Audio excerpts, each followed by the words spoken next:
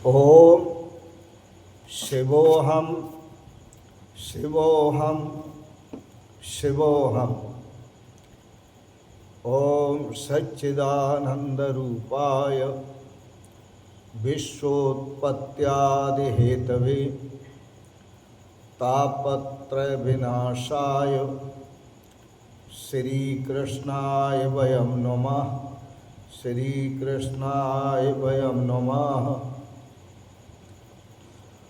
ओम अखंडानंद बोधाय शिष्य संतापहारिणे सच्चिदानंद रूपाय तस्मै श्री गुरवे नमः। तस्मै श्री गुरवे नमः।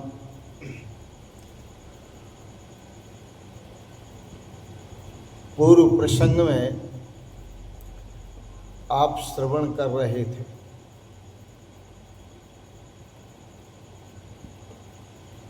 समस्त विश्व की जो कल्पना है और शरीर की, वह मुझ में ही है।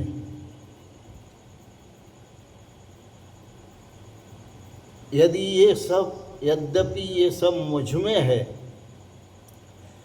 फिर भी ये सब नहीं है।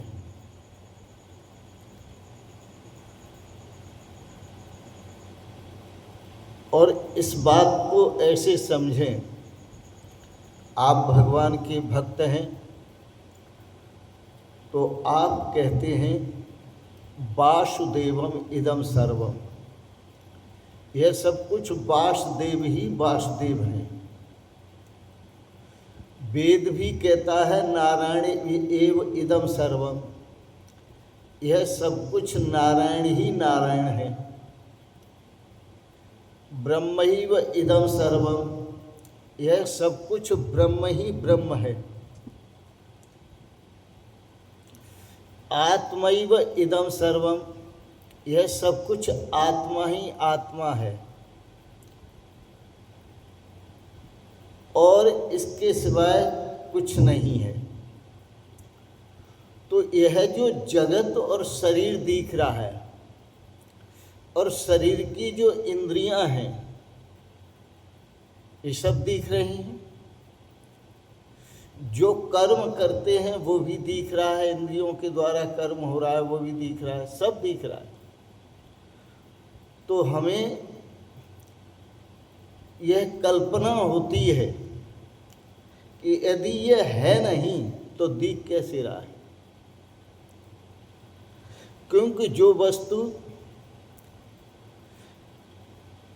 नहीं होती वो दिखती भी नहीं है, जो होती है वही दिखती है। तो इसके लिए मैं आपको सावधान करता हूं और सावधानी से श्रवण करें कि जो वस्तु नहीं होती है वो भी दिखती है नहीं, लेकिन दिख रही है। और जो वस्तु होती है जब नहीं दिखती है तब भी होती है, और जब दिखती है तब भी होती है। तो यहाँ पहले तो हम ये समझें कि वस्तु क्या है और अवस्तु क्या है। यह जो शरीर है और सकल जड़ समूह रूपी संसार है, यह अवस्तु है। और अवस्तु का अर्थ होता है असत। और इसमें जो चेतन आत्मा है, जो परमात्मा है, वही सत्य है। तो आज के प्रसंग में आप श्रवण करेंगे सशरीरम इदम विश्वम न किंचिद इति निश्चितम। जनक जी कहते हैं कि गुरुदेव आज मुझे ऐसा अनुभव हो रहा है कि शरीर भी नहीं है और विश्व भी नहीं है,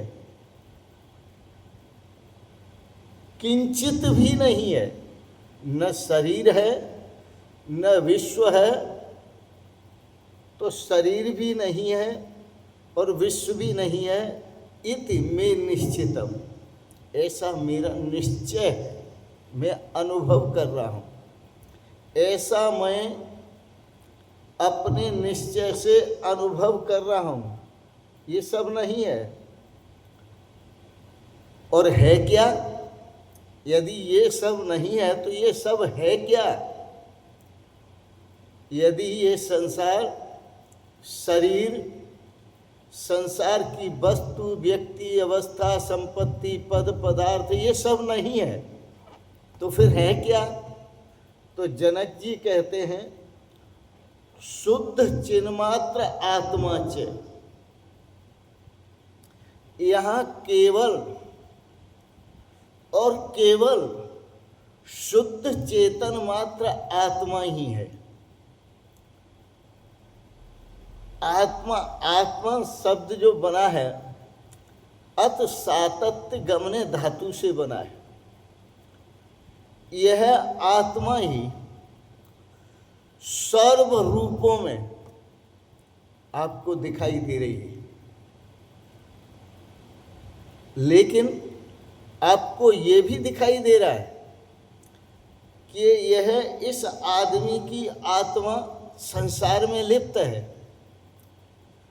लेकिन आत्मा कभी किसी में लिप्त नहीं होती। क्यों लिप्त नहीं होती?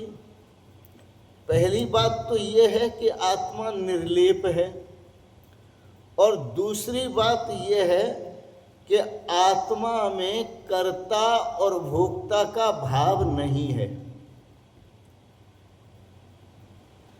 जैसे कोई व्यक्ति आकाश में रहकर और आकाश में रहकर पाप पुण्य करता है, पाप भी करता है और पुण्य भी करता है, तो पाप आत्मक करता है और पुण्य आत्मक कर्म भी करता है, दोनों प्रकार के कर्म करता है। होते किस में हैं? ये सब आकाश में। लेकिन पाप और पुण्य आत्मक जो कर्म होते हैं, उनका पाप और उनका पुण्य क्या आकाश को लगता है? आकाश को नहीं लगता, क्योंकि आकाश निर्लेप है। पर ये पाप और पुण्य करने की जो जगह, स्पेस दिया है, वो किसने दिया है? आकाश ने। तो जब आकाश ने स्पेस दिया है तो आकाश को पाप लगना चाहिए, आकाश को पुण्य भी लगना चाहिए। बोले नहीं, आकाश बिल्कुल निर्लेप है, न तो आकाश को पुण्य लगता है न आकाश को पाप लगता है, ये सदा निर्लेप रहता है। घोर अंधेरी रात्रि होती है तो आकाश काला नहीं हो जाता, और जब दिन होता है सूर्य का प्रकाश तो आकाश सफेद नहीं होता। आकाश अपने आप में ज्यों का त्यों है। मैं आपको इस उदाहरण से ये कहता हूं कि वेद कहता है, आकाशवत सर्वगतश्च आत्मा सनित्यः। आकाश की तरह ही, अब आप देखिए आकाश कहाँ नहीं है? आकाश हर जगह है, नित्य है, शाश्वत है। ऐसी कोई जगह नहीं जहाँ आकाश नहीं है। आप कहीं भी चले जाइए। इसी प्रकार से जो आत्मा है, परमात्मा है, वो हर जगह है।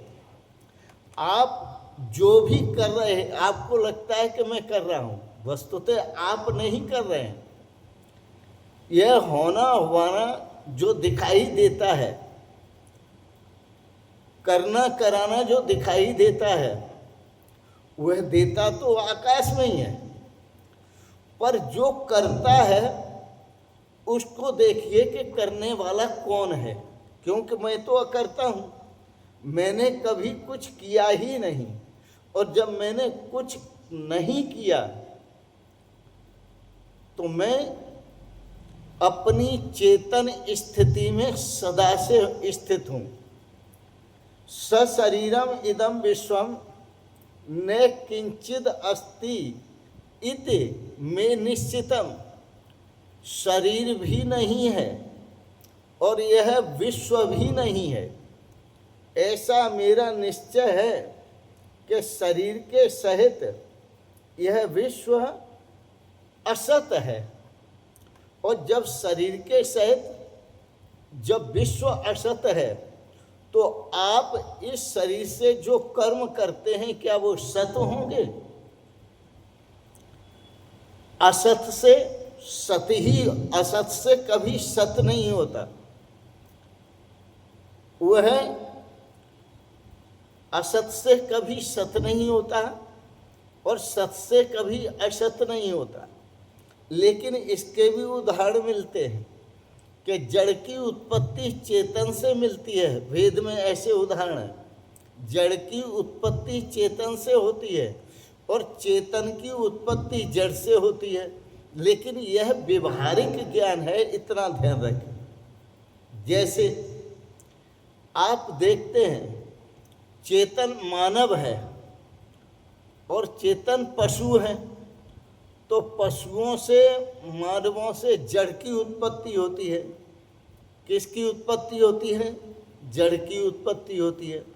इनके शरीर से जो पेशाब है, जो मलमूत्र है, वह उत्पन्न होता है। तो मलमूत्र को कोई चेतन नहीं कहता, ये तो सब जड़ है। और उस जड़ मलमूत्र से जो उत्पन्न होते हैं मक्खी मच्छर आदि, वो चेतन है। देखो उड़ते फिर रहे हैं, उनको सभी चेतन कहते हैं, इनमें चेतना। तो इस आधार पर हम ये सिद्ध कर देते हैं कि जड़ से चेतन की उत्पत्ति होती है। जैसे मलमूत्र से मच्छरों की उत्पत्ति हुई, मक्खियों की उत्पत्ति हुई, तो जड़ से चेतन की उत्पत्ति होती है और चेतन से जड़ की उत्पत्ति होती है। कैसे? जैसे शरीर से मल उत्पन्न होता है, जैसे शरीर से मल उत्पन्न होता है, मूत्र उत्पन्न होता है। पर आज मुझे पता चला कि यह शरीर भी नहीं है और यह विश्व भी नहीं है। इति में निश्चितम, जनक जी कहते हैं ऐसा मेरा निश्चय है। फिर क्या है? तो आप भक्ति भाव से जो कहते हैं वही है। नारायण एव इदम सर्वम, ओम एव इदम सर्वम, वासुदेवम इदम सर्वम। यही वेदों में और शब्दों में कहा है चिद ही इदम। यह केवल चित ही चित है, मतलब चेतन ही चेतन है, चेतन के सिवाय कोई दूसरा नहीं है। तो शुद्ध चिन्मात्र आत्मा। जनक जी कहते हैं कि अब मुझे अनुभव हो रहा है कि मैं तो शुद्ध चेतन मात्र आत्मा हूँ। यह जो भौतिक शरीर है यह मैं नहीं। यह भौतिक जो प्रपंच है यह मैं नहीं हूँ।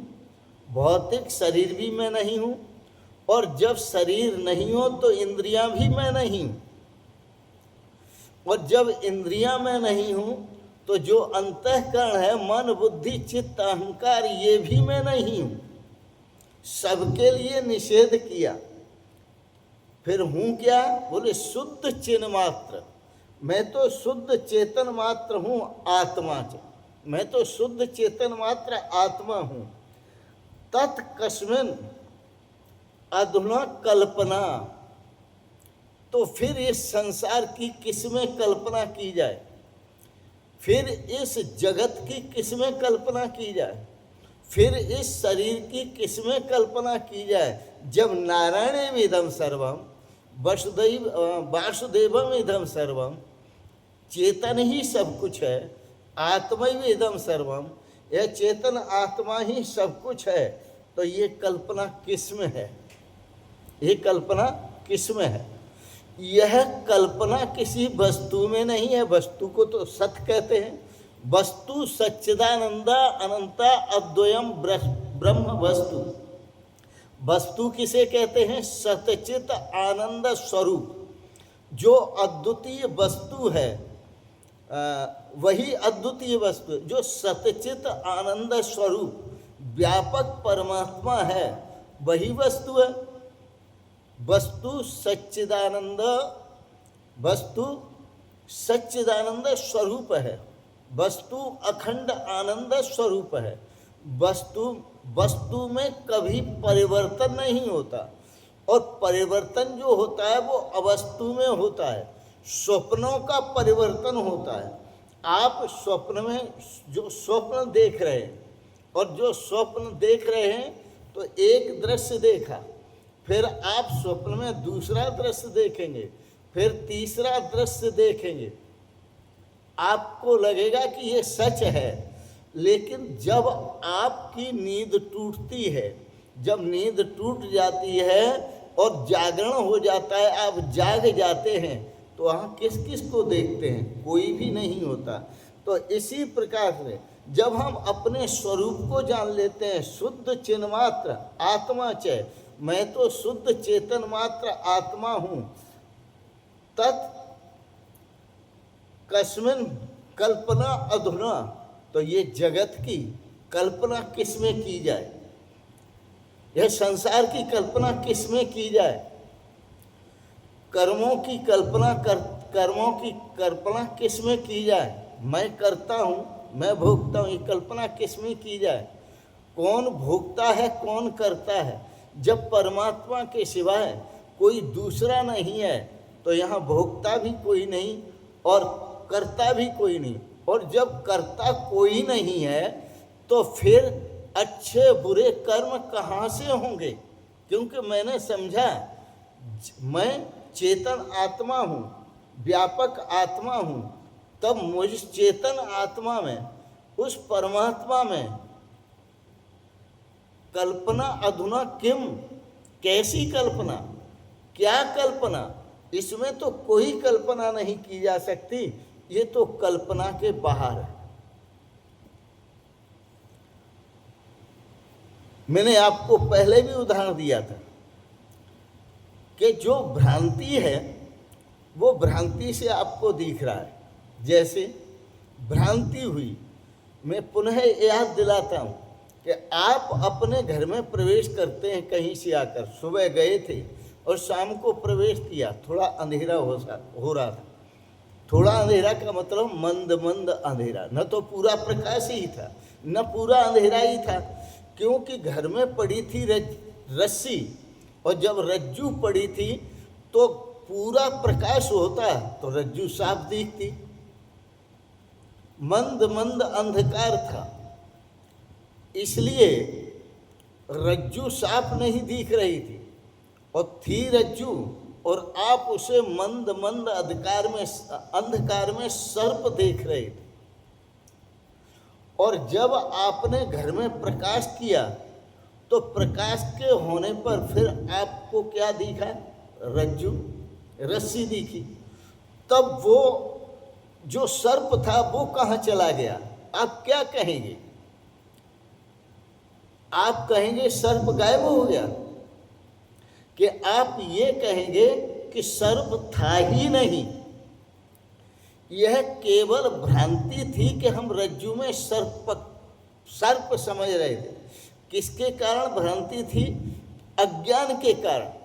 और अज्ञान के कारण जब भ्रांति हुई तो रज्जू में जो सर्प समझ रहे थे वह भ्रांति थी अंधेरे के कारण, मंद मंद अंधेरे के कारण। और आपने प्रकाश करके, रोशनी जलाकर वह अंधेरा समाप्त कर दिया। अब दिखाओ कहाँ पर सर्प है। तो रज्जू की रज्जू तो पहले, अब हम सोचते हैं कि सर्प जो है वो गायब हो गया, सर्प जो है अब नहीं है, यहाँ कहीं चला गया, ये तो रज्जू है। तो वस्तुतः आपको ये समझना पड़ेगा कि सर्प रज्जू में तीनों काल में नहीं था, और न है न होगा। आपने जब उसमें सर्प देखा तब भी वो रज्जु थी, और प्रकाश कर लिया तब भी वो रज्जु है। तो आप कहें कि जो जगत हमें दिख रहा है तो इसको हम झूठा कैसे माने, ये मिथ्या कैसे हो सकता है, ये असत कैसे हो सकता है। ऐसे ही असत होता है कि आपने रज्जु में सर्प देखा तो असत वस्तु का कोई अस्तित्व नहीं है। तो असत वस्तु दिखाई जरूर देती है, लेकिन पहले भी नहीं थी और वर्तमान में भी नहीं है और आगे भी नहीं होगी। यह आपको समझना पड़ेगा।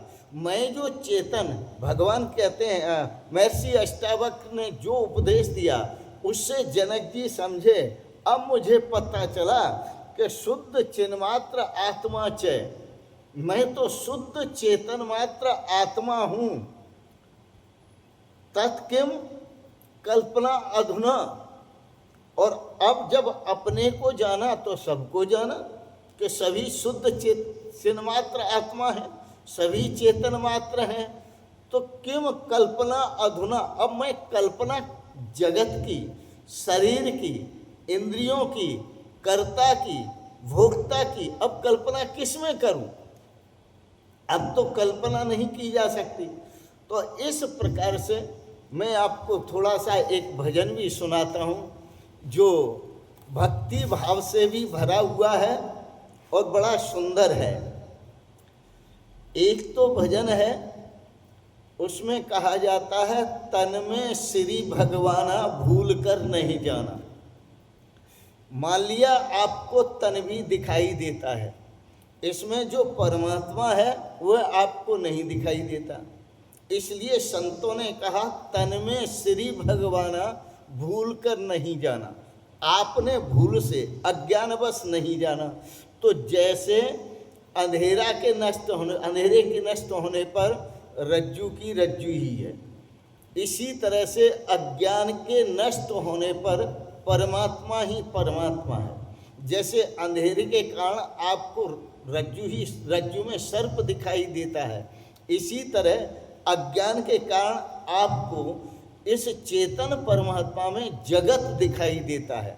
इस चेतन परमात्मा में शरीर दिखाई देता है, इंद्रियां दिखाई देती हैं, और इसके साथ साथ इंद्रियां दिखाई देती हैं और कर्ता भोक्तापना ये सब दिखाई देता है। वस्तुतः ये कुछ भी नहीं, जब शरीर ही नहीं है तो ये कहाँ होंगे।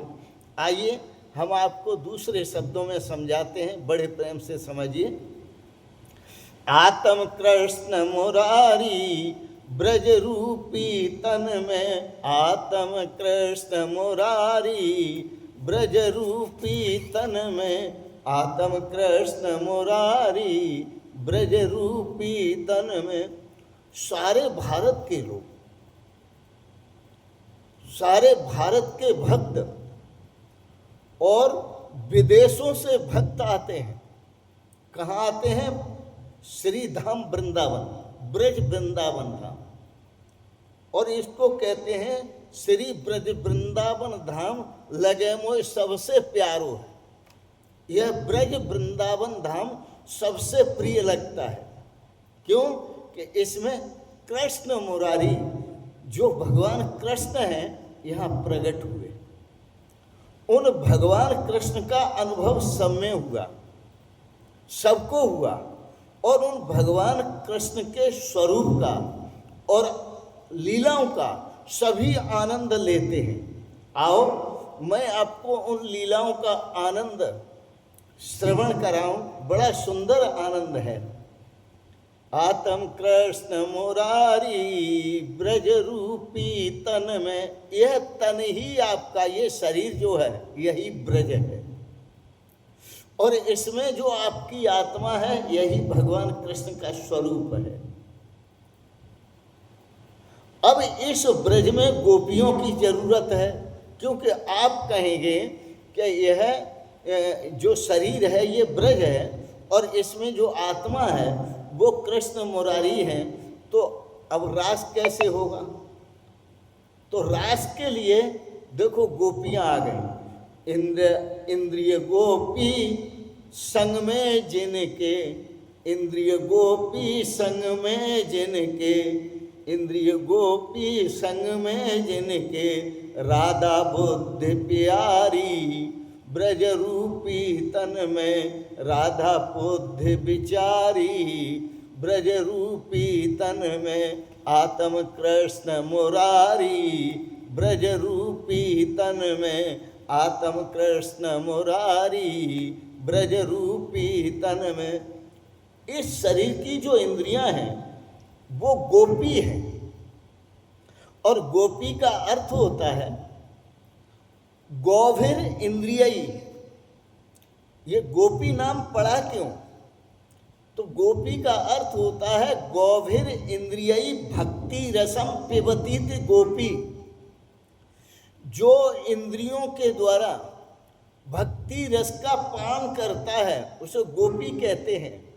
आँखों से देखता है तो भगवान को देखता है, कानों से सुनता है तो भगवान को सुनता है, हाथों से स्पर्श करता है तो भगवान का स्पर्श करता है, कहीं चल के जा रहा है ये शरीर तो भगवान तक चल के जा रहा है। तो यहाँ इंद्रिय रूपी गोपी तन में, जो इंद्रिय रूपी गोपी है वो ये संग में है भगवान के, और भगवान का वास इसी शरीर में। हृदय देशे अर्जुन तिष्ठति, मैं सभी के हृदय में विराजमान हूँ। इंद्रिय रूपी संग में जिनके, राधा बुद्धि प्यारी, ब्रज रूपी तन में राधा बुद्धि विचारी, ब्रज रूपी तन में। ये सभी जो इंद्रियां हैं यह तो गोपी हैं, और जो बुद्धि है ये श्री राधा जी है। ऐसा विचार करके संत महापुरुषों ने लिखा। अब कहेंगे यहाँ नृत्य करने वाला कौन है? नृत्य भी तो होता है, भगवान रास करते हैं तो नृत्य होता है, गोपियाँ आ गई अब नृत्य होगा, और ग्वाल बाल भी तो है साथ में। तो मन मन सुका संग में जिनके, मन मन सुका, ये मन जो है यही मन सुका है। मन मन सुका संग में जिनके, मन मन सुका संग में जिनके, नृत्य करे दिन राती, नृत्य करे दिन राती, ब्रज रूपी तन में नृत्य करे दिन राती, ब्रज रूपी तन में। इस शरीर के अंदर यह जो मनसुका है हर समय चलता रहता है। देखो आप साधना पर बैठते हैं तो भी मन कहीं पहुंचता है, ये नृत्य करता है। ये नृत्य का मतलब नाचता है, इस संसार में नाचता है। तो ये हमारा मन ही मनसुका है, और नृत्य करे दिन राती, यह कभी स्थिर नहीं रहता। मन जो है कभी स्थिर नहीं रहता, ये सदा नृत्य करता रहता है। मन मन सुका संग में जिनके, नृत्य करे दिन राती, ब्रज रूपी तन में नृत्य करे दिन राती, ब्रज रूपी तन में आत्म कृष्ण मुरारी, ब्रज रूपी तन में आत्म कृष्ण मुरारी, ब्रज रूपी तन में। और घट घट व्यापक वेद बतावे, यह सिर्फ कवि जिन्होंने पद लिखा है वो ही नहीं बता रहे, वेद भी बता रहे हैं। घट घट व्यापक वेद बतावे, घट घट व्यापक वेद बतावे, सच्चिदानंद सुख राशि, ब्रज रूपी तन में सच्चिदानंद सुख राशि, ब्रज रूपी तन में आत्म कृष्ण मुरारी, ब्रज रूपी तन में आत्म कृष्ण मुरारी, ब्रज रूपी तन में आत्म कृष्ण मुरारी, ब्रज रूपी तन में। वेद भी कहते हैं घट घट व्यापक वेद बतावे, वेद भी घट घट व्यापक बताते हैं परमात्मा को। जो सच्चिदानंद घन परमात्मा है वह घट घट व्यापक है, और सुख की राशि है, आनंद की राशि है, शाश्वत शांति की राशि है। उसी को तो जानना है जो घट घट व्यापक, जिसके लिए वेद बताता है। वही आनंद की राशि है, वही सुख की राशि है इस ब्रज रूपी तन में। यह जो ब्रज रूपी तन है, इसके अंदर उस परमात्मा का दर्शन करना है। इसलिए भगवान श्री राम ने कहा था, बड़े भाग्यमानुष तन पावा। क्योंकि अन्य जो शरीर हैं, अन्य जो योनियां हैं, जितनी भी 83,99,999 जो योनियां हैं, वो सभी भोग योनि हैं। और यह जो मनुष्य योनि है, यह कर्म योनि है। तो जिस कर्म के लिए आए हो वो कर्म करो। आप आए हो परमात्मा की प्राप्ति के लिए, तो परमात्मा को प्राप्त करो। तो परमात्मा कैसा है? सच्चिदानंद सुख राशि। तुम जो हो सुख की राशि हो, अपने आप को पहचानो। इसलिए संत महापुरुष ने कहा, अरे इंसान, अपने आप को पहचान, यही है भक्ति और यही है ज्ञान। अपने आप को पहचानने में ही भक्ति है और अपने आप को पहचानने में ही ज्ञान है। अब इस अपने आप को पहचानोगे कैसे? तो भगवान ने यह जो शरीर रचा है, इस शरीर में जो प्राण डाले हैं, वो प्राण आपका पता बता रहे हैं।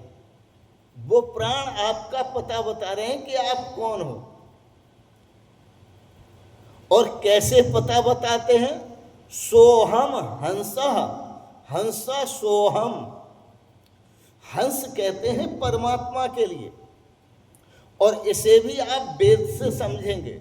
वेद में एक मंत्र है, एको हंस भुवनस्य मध्ये सएवा अग्नि सलिले सन्निविष्टः तमेव विदित्वा अथ मृत्युमेति नान्य पंथा विद्यते अनाया। एक ही परमात्मा है और वो समस्त जगत में व्यापक है।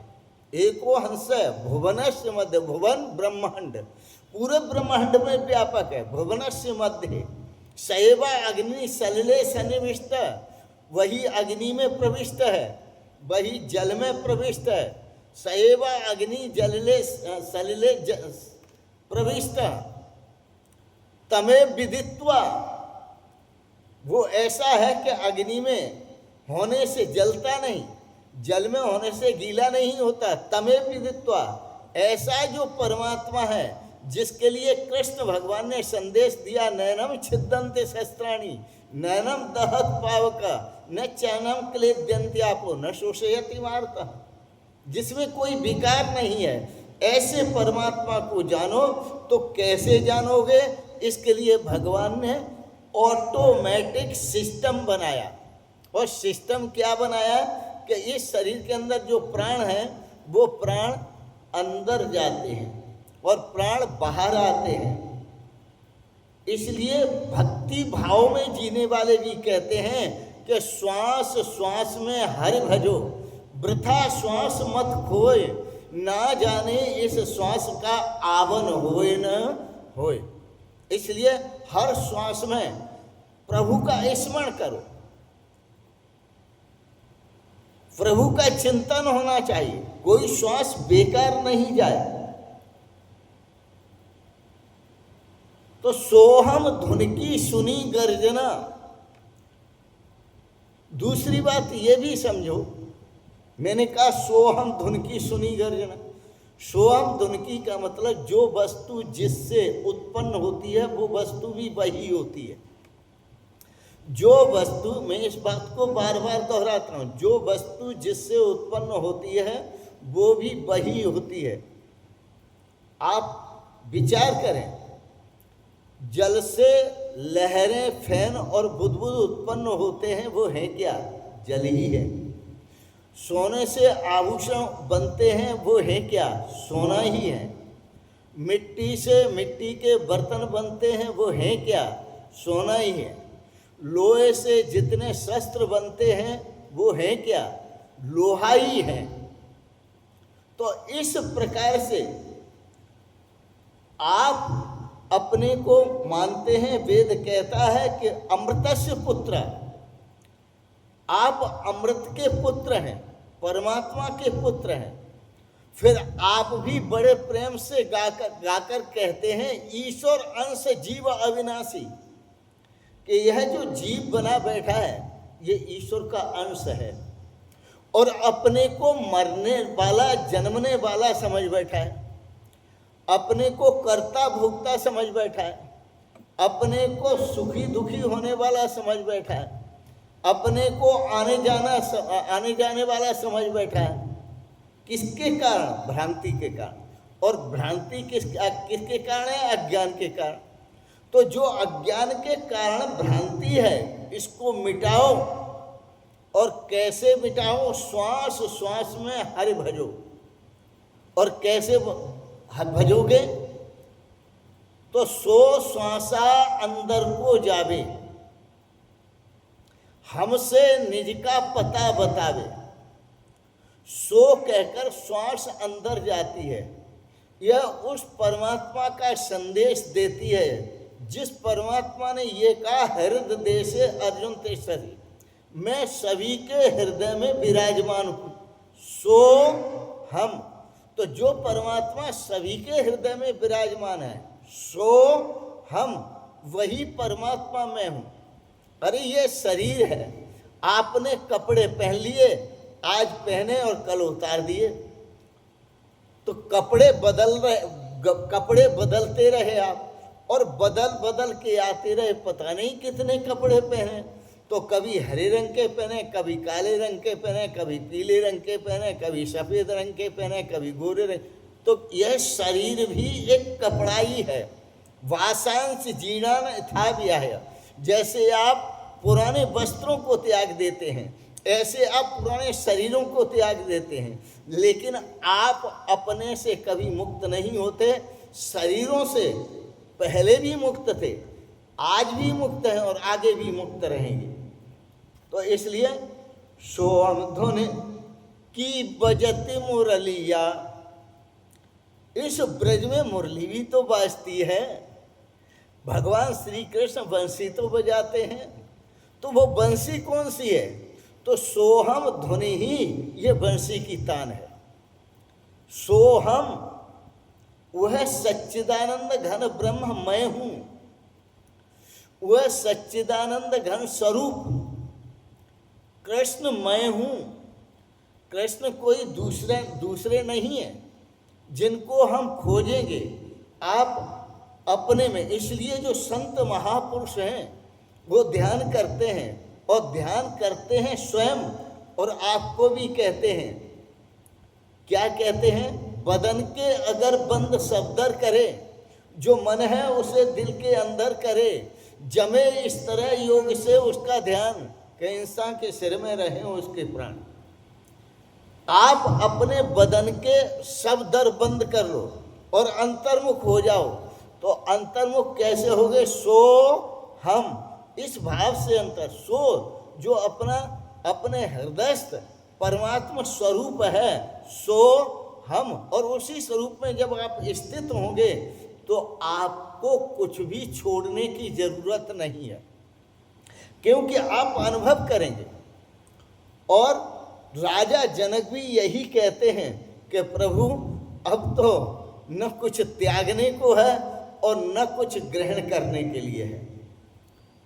तो सोहम धुन की बजती मुरलिया, ये मुरली जो बज रही है प्रत्येक प्राणी के अंदर, प्रत्येक जीव के अंदर जो मुरली बजती है, उसमें जो ध्वनि होती है वो सोहम की ध्वनि होती है।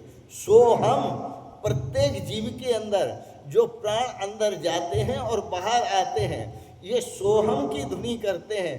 प्राण श्वास प्रतिश्वास हमें ये बताती है कि जिस परमात्मा को हम खोज रहे हैं वही परमात्मा हम हैं। जिस परमात्मा को खोज रहे हैं वही परमात्मा हम हैं। सुने, सोहम ध्वनि की बजती मुरलिया, सोहम ध्वनि की बजती मुरलिया, मोह लेत ब्रज नारी, ब्रज रूपी तन में मोह लेत। जब सोहम धुन की मुरली बजती है तो ब्रज नारी का मतलब सारी इंद्रियां मोहित हो जाती हैं, मतलब अपने अपने विषय में नहीं भागती, सभी इंद्रियों की वृत्ति परमात्मा में लग जाती है। सोहम धुन की बजती मुरलिया, मोह लेत ब्रज नारी, ब्रज रूपी तन में आत्म कृष्ण मुरारी, ब्रज रूपी तन में आत्म कृष्ण मुरारी, ब्रज रूपी तन में आत्म कृष्ण मुरारी, ब्रज रूपी तन में। आज के प्रसंगत आपने वाणी को श्रवण किया। प्रत्येक व्यक्ति चाहता है कि मेरी इंद्रियां चंचल न हों, चंचलता से रहित हों और भगवान में मन लगे। मन भी एक इंद्रिय है। इस मन को 5 कर्म इंद्रिय हैं, 5 ज्ञान इंद्रिय हैं और एक मन। यह मन एकादश इंद्रिय में आता है। यह मन जो है 11वीं इंद्रिय है। तो ये सभी मोहित हो जाते हैं। मन के संकल्प विकल्प समाप्त होते हैं, क्योंकि चेतन स्वरूप में स्थित हुआ साधनाशील व्यक्ति, समाधिस्थ व्यक्ति, समाधिस्थ साधक, समाधिस्थ भक्त, समाधिस्थ संत जो अपने चेतन स्वरूप में स्थित हो जाते हैं, तो उनकी इंद्रियां सिर्फ परमात्मा का दर्शन, परमात्मा का विचार, परमात्मा का अनुभव करती हैं। वो संसार का अनुभव नहीं करती, मनी संसार से मूर्छित हो जाती हैं कि संसार की इंद्रियों को कोई संसार का बोध नहीं, संसार की जानकारी नहीं। तो मोह लेत नर नारी, जो नर हैं वो भी मोहित होते हैं। जो मन, नर का मतलब है जैसे मन है, तो मन ये पुरुष वाचक है, और नारी जो है वो इंद्रियां हैं, वो किसकी वाचक हैं? वो स्त्री वाचक हैं। तो सब नर नारी मोहित हो जाते हैं, अर्थात परमात्मा के स्वरूप में लीन हो जाते हैं और अनंत आनंद की अनुभूति करते हैं, अनंत रस की अनुभूति करते हैं, अनंत सुख की अनुभूति करते हैं, शाश्वत शांति की अनुभूति करते हैं। आज इतना ही। आपने बड़े प्रेम और श्रद्धा से आज का प्रवचन श्रवण किया, इसके लिए बहुत बहुत अनुग्रहित हूँ। मैं आप सबके लिए भगवान से प्रार्थना करता हूँ, वृंदावन बिहारी लाल से, कृष्ण भगवान से, कि भगवान आपको सपरिवार सदा स्वस्थ और सुखी रखें। इसके साथ साथ आपका ध्यान लगे, आपका मन लगे परमात्मा के स्वरूप में, और आप सभी परम आनंद की अनुभूति करें जैसे जनक जी ने किया है। तो इन शब्दों के साथ ही आपको बहुत बहुत शुभकामनाएं, बहुत बहुत आशीर्वाद, और आपके श्री पावन चरणों में बहुत बहुत मेरे प्रणाम प्रणाम प्रणाम। शिवोहम शिवोहम शिवोहम।